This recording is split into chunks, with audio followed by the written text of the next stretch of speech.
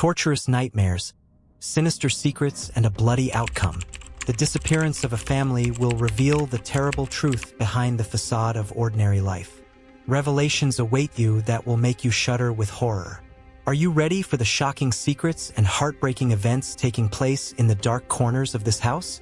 Peek beneath the veil of history, where reality is worse than the cruelest fantasy. The exact date of birth of Fernando Federico Reyes is impossible to give, but it is known that he was born around 1983 in the village of Pampa Blanca, which is located in the department of El Carmen in the province of Jujuy in northeastern Argentina. He was the youngest of 5 children in the Orlando Reyes family. There are reports that Fernando's older brother was named Diego.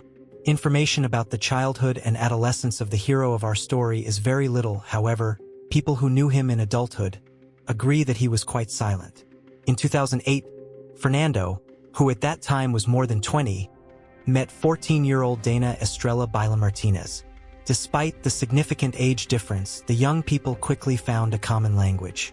Born in 1994 in the same village, Dana was closely associated with the Reyes family.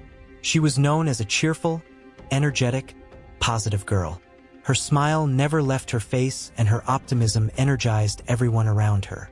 Dana was attracted to nightlife, so she often went to parties. Friendship between her and Fernando quickly turned into a serious relationship, and they began to live together. The girl found a job in the municipality of Pampa Blanca, and her chosen one earned a living working in a cab service. In 2014, the couple had their firstborn child, and 3 more years later a second child was born. The names of the children have not been disclosed for their personal safety. In 2018, Fernando and Dana quit their jobs, packed their bags, and left the province in search of new opportunities. They did not inform anyone about their decision, not even close relatives. After traveling a little over 700 kilometers, the couple stopped in the province of La Rioja. Fernando took a job harvesting walnuts. Working hard, he gradually began to earn a good income, and the family's financial situation improved. Only a year and a half after the move, the couple contacted Fernando's relatives and told them about their new place of residence. They shared their impressions of the changes in their lives and assured that they were doing well. After that, Fernando began to keep in touch with his mother and often turned to her for help, especially when there were problems in his relationship with Dana. Even though the man kept telling his loved ones about the family's well-being, there was actually a whole different world behind the happy external picture. At the beginning of their history, both Fernando and Dana frequently changed jobs, which seriously affected the family budget. As a result, the couple was evicted from La Rioja. Undeterred, they moved to La Ciénaga, in the department of Bailan. In this tiny village of less than 50 people, Dana and Fernando rented a modest house owned by a man named Jose Cruz. As soon as they settled into their new place, neighbors learned of the family's difficult financial situation. Although the villagers were not wealthy themselves, they organized a fundraiser to help the newcomers with clothing, shoes, and groceries. Fernando and Dana were immensely grateful to them. Among the couple's new acquaintances were Maria del Valle Villagra and Simone Alcide Starnanes, with whom they became friends. Fernando also began to bond closely with Jose, and it became common to see them together over conversations and drinks. Meanwhile, the relationship between Fernando and Dana was rapidly deteriorating, and this certainly did not go unnoticed by the neighbors. When disagreements became an almost daily occurrence, the partners decided to separate. But Fernando could not give up the children, and they continued to live under the same roof. Over time, Dana stooped to threats and warned the man that if he wanted to leave her and the children, she would immediately report to the police, accusing him of violence. This behavior of the woman further complicated the relationship between the two. Fernando, as is his custom, called his family and told them about the situation, including Dana's threats and his desire to divorce her. The parents, who were in Jujuy, were concerned about their son's family problems but did not know how to help him. Meanwhile, Dana did not sit idly by and soon began to communicate closely with another man already known to her and Fernando. He was Simon Alcides Toranzos, and he was 27 years old. Every weekend they went dancing, sometimes in the company of Simon's ex-girlfriend, Maria, and her new partner. Dana's defiant behavior only exacerbated the conflict. In late November 2022, Jose, the owner of a house rented by the couple, suggested that Fernando meet on Sunday, December 4th, to celebrate the Virgen del Valle de Catamarca, which was to last until Thursday, December 8th. Encouraged, Fernando accepted the invitation. On the night of Saturday through Sunday, December 3rd, there was a dance at the San Roca Club. Dana went there in the company of Simon and Maria. When she met Fernando, she got into a familiar altercation with him, which quickly turned into a heated argument. The neighbors witnessed the scene but did not intervene. At some point, Fernando became angry and so decided to leave. He headed towards a field that was not far from Route 40. In a secluded area, he was suddenly attacked by Dana, Simon, and Maria, who struck him at least 2 blunt blows to the head. Fernando collapsed and died almost instantly. The perpetrators then lit a bonfire and threw the body into it. One of the residents, Lasanaga, noticed the flames of the fire in the field, but did not pay much attention to what he saw. After a while, it became clear that the flames were not destroying the body completely. Then the trio placed the remains of their victim in sacks and went to the bank of the Belen River. Here they dug 2 holes, one for each garbage bag. After burying the body, Dana, Maria, and Simon returned to the party. There, amidst the music, drinks, and fun, they stayed until dawn, without remembering what they had done or arousing suspicion among the locals. On Sunday, December 4th, Jose waited for his friend Fernando to throw the party as they had agreed. But time passed and he never showed up. An agitated Jose contacted Dana to find out what had happened. She replied that Fernando had gone to Jujuy to visit his family. The man hung up the phone in bewilderment and embarrassment. He could not understand why a friend would do such a thing without even informing him. Days went by, but Fernando did not contact him. Jose couldn't let go of the thought that something bad had happened. He turned to Dana again, looking for an explanation. It was then that she told him that they had decided to separate. This only added to the confusion of the mysterious story, as Fernando didn't pick up the phone or respond to the messages Jose had sent him. Meanwhile, neighbors also found it strange that the loud arguments in the couple's home suddenly stopped. Besides, no one had seen Fernando in the last few days. Suddenly, Dana told Jose that Fernando had returned to the province of La Rioja and found a well-paying job there, similar to the one he had before. However, the more she tried to avoid uncomfortable questions, the more ambiguous and unconvincing her answers became. As a result, Dana's contradictory stories planted seeds of doubt in Jose. Soon the man became convinced that his intuition had not failed him. As the weeks progressed, the children also began to notice their father's absence. Unsuspecting, they turned to their mom with questions. Dana told them the terrible news. Their dad had died and was buried near the river. The bewildered children, not quite realizing what was happening, began to bring flowers to the place of their father's death. Meanwhile, Jose decided to talk to the neighbors, hoping to shed some light on Fernando's disappearance. 2 residents said they had seen the couple arguing at a party. Later, another resident recounted the night's bonfire, admitting that he had not reported it to authorities. Dana, on the other hand, continued to lie to Fernando's relatives, saying that he had left her and the children and moved away.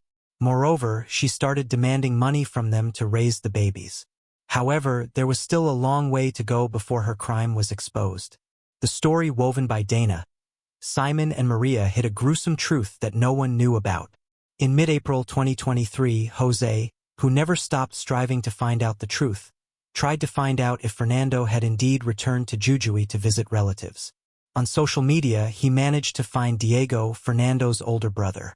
Jose wrote a message on his wall expressing his concern and offered to help him find the truth if needed. Diego, however, simply ignored the disturbing message and then blocked the man altogether. The failed attempt didn't stop Jose. On the contrary, he was even more persistent in his search for answers. Writing to the missing man's sister, the man failed again, as she did not believe his words either. By the end of April, a ball had been organized in Santa Maria, a 2-hour drive from Lasanaga. Danoe and Fernando were on the guest list. The woman had left the children at home, locking them up. As soon as she appeared alone at the party, those present became anxious. They hadn't seen Fernando since November, and now he wasn't even at the ball.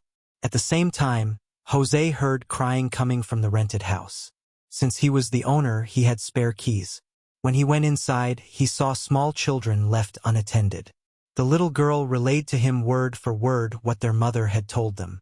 This was a good reason to go to the police. On May 5, 2023, Jose finally reported Fernando missing. The investigation was transferred to the prosecutor's office from a third jurisdiction. Immediately thereafter, a massive search operation was launched, involving homicide experts, forensic scientists, and canines dispatched from the capital. The first day brought no results, but during the second day of the search, bone remains were found in an open area. Dana was brought to the station for questioning. The team that arrived at the woman's house was met by her eldest son. As he repeated the story told by his little sister, investigators focused on the search in the area around the river. Under questioning, Dana stuck to her earlier version of Fernando's trip to Jujuy. She now said the reason for the departure was the death of his brother, Diego. The police contacted the relatives of the missing man to confirm the information. After speaking with Diego, it became obvious that Dana's testimony was a lie. She was arrested. On May 7th, canines marked a specific place in the search operation area, which was pointed out by Fernando's son, and the team made every effort to quickly solve the mystery of the man's disappearance. During the excavation, a black plastic bag was discovered. Inside were charred remains, about 160 to 165 centimeters tall, and in a state of decomposition. Forensic medics later confirmed that these were indeed human remains.